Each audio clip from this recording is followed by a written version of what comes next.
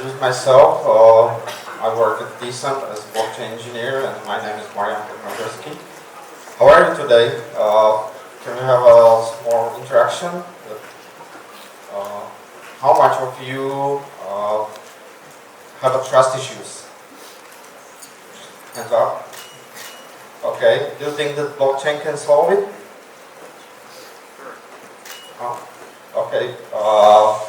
What do you think? Can it solve it like authors' rights? No? Okay. Can it prove the autonomous provenance or settlement, do you think? Yeah.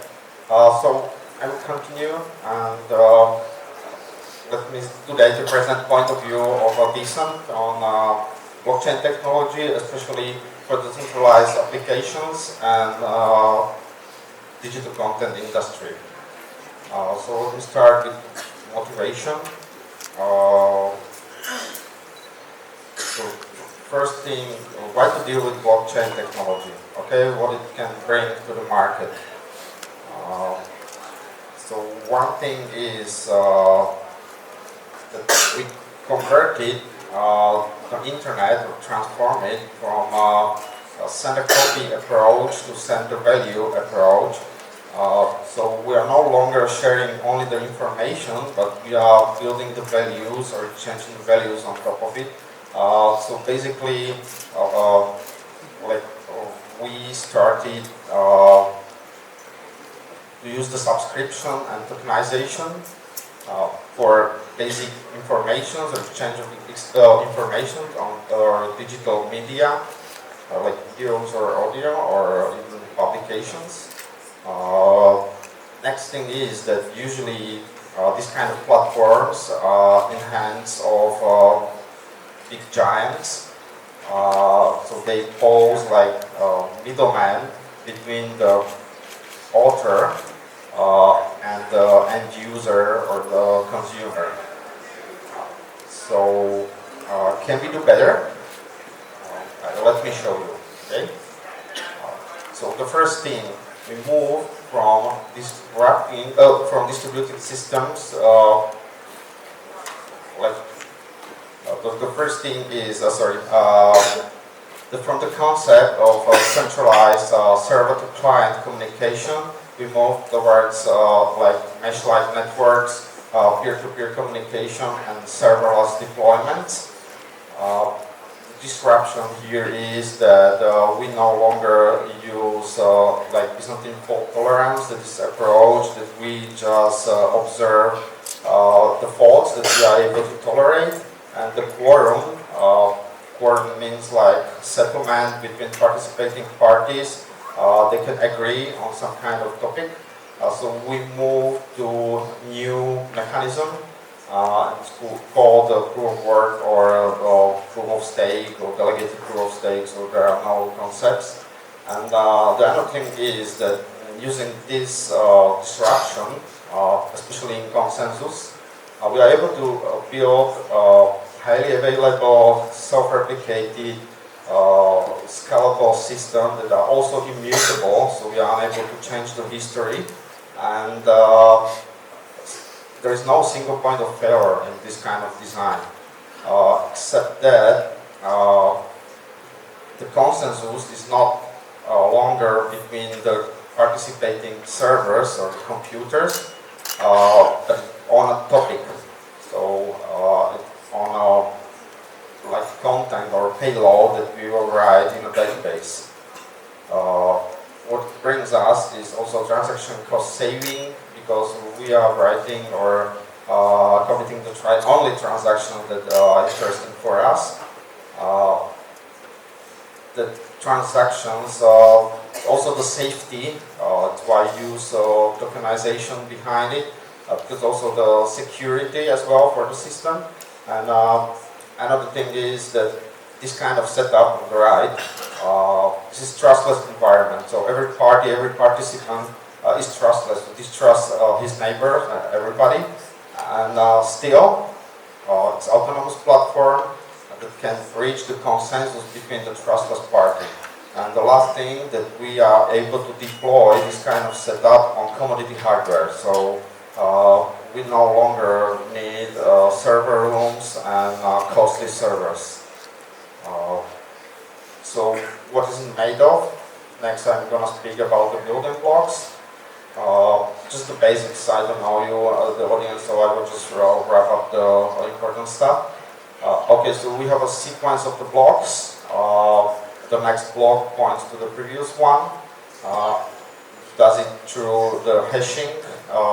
This one-way function just compute like fingerprint from payload, and it's irreversible. So there is a unique fingerprint for every payload, almost. There is no collision whatsoever within some margins. And what brings us this, when we chain these hashes together, we form so-called Merkle root. And this is the security, so it's why it's immutable. If we change any payload, what is written in a block, it will change the hash. And the hashes are linked, so it's like cascade effect. So you are unable to change the history easily, or it's, the attack is almost unperformable in this way. This is the underlying protocol that powers cryptocurrencies like a Bitcoin, for example. The other thing is that the blocks are released in exactly scheduled manner. So, like for example, 10 minutes or similar. This is kind of timestamp, so we can know that our transaction has been issued some time point. Also, the hash and everything behind the blockchain is run through or backup through the cryptography, especially in a mining process. Mining is that we confirming the transactions, and all the records in a blockchain. Miners are incentivized for this kind of work, for proving that it is right. Okay, so just wrap up shortly the system. So we've got the distributed database that keeps the permanent list of records. There are timestamps, these are the blocks, and it's continuously grown list of transactions. Okay, deployed in centralized systems, there is no central authority, everybody is connected peer-to-peer. So the process is basically that one, that we will create a transaction, we will post the transaction to the network, broadcast it, then consensus will validate it through the miners. It's like reverse mathematical or arithmetical formula, and afterwards, when it's confirmed by every participant in the network, instantly connected, then it is immutably written in a blockchain, stayed in the database. Show it also in Chinese. So afterwards, the transaction is completed. Okay. So just short overview of blockchain implementations. So we have a Bitcoin. I think you are mostly familiar with that, and Ethereum. Bitcoin is designed only for payments. It's based on the proof of work, so these are the miners. It's not very energy efficient. All the blockchains are permissionless. It means that you don't need permission to join the network. You always participate, just choose your role. You can be just passive node or client or miner. Most important thing is that the number of the transactions per second, and also the block generation time. Okay, for a payment system, it's sufficient to have 10 minutes blocks. Transactions per second are counting like about 7 transactions per second. With Ethereum, it's 7 to 15 because they use 15-second block. For example, in our platform, we use so-called delegated proof of stake, completely different proof of work. We don't compute the things. we use social system that delegates the work they are voting for the miners. Miners are then selected for a certain time frame. And with this approach, you are able to higher up the transaction per second. We are talking about 2,000 of transactions per second. Our block time is 5 seconds, so we will issue every block within 5 seconds on one full. Yeah. Translation. Okay. So next, let's speak about the centralized application and organizations. So what is a decentralized application? It's a technique to deploy application in this kind of serverless design. But, everything is peer-to-peer. It's not centrally hosted, so it's replicated plenty of time. Just interconnecting the peers. Okay. Similar approach is organization. When you decode the behavior, then there's self-governed between the initial shareholders and stakeholders, also the users. Also, it's transparent and immutable, and it's cross-border mostly. From these two, we move to decentralized economy. So, what is it about? Centralized economy depicts between. It is the amount of work versus funding scheme. So we started like with Linux Foundation, that is collective work for share, like for free, just for reputation. Okay, so it's part of the sharing economy. Next, we move to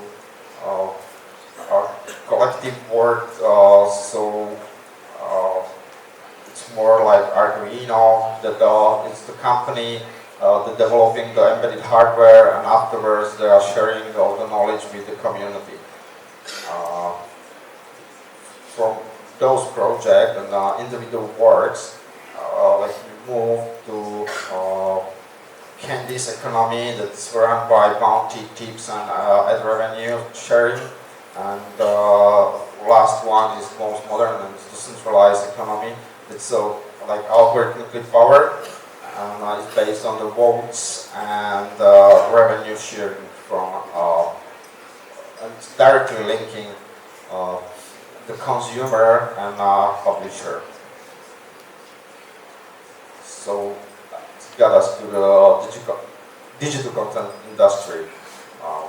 So what behavior we can expect on this kind of field?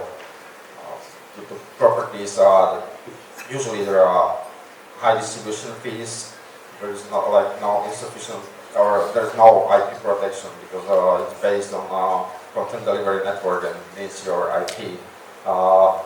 There is always monopoly of publishers or digital platforms, and the security of the users, it's unknown, it's uncertain because in hold or in position of central authority, giant that provides the platform. So these are the average distribution fees. The middleman here is Amazon, Google, or iTunes, or other publishers. So if you're a content creator, for example, YouTuber, you want to upload the video to the platform, the Google will take average 30%. Okay. So we employ the blockchain. How can we improve the things? So one thing is that there is no third party, so we are directly linking the author or the publisher of the content with the customer. So one thing, so it's cost effective, so there is like only one fee for a transaction.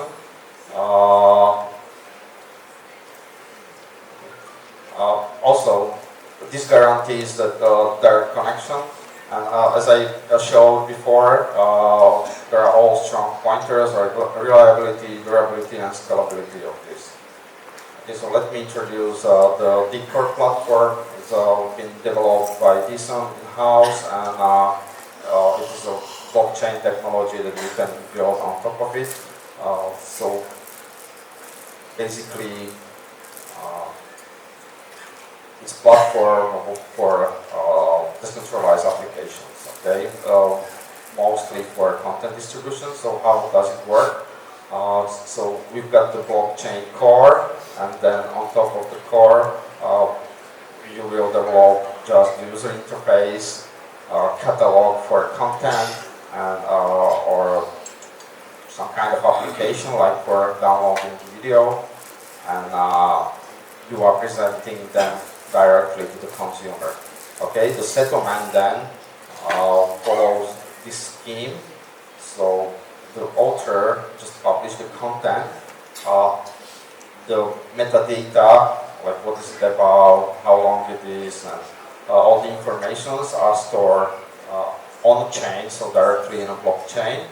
Also, there is a pointer to the file that is decomposed, encrypted, and encoded by several keys. These keys are then directly input in a blockchain, and the storage is decentralized, so we use IPFS, or you can use also AWS content delivery network or similar products. When the consumer decides to buy or subscribe for content, he will pay, or if it's free, he will just retrieve the keys. Then the file is downloaded and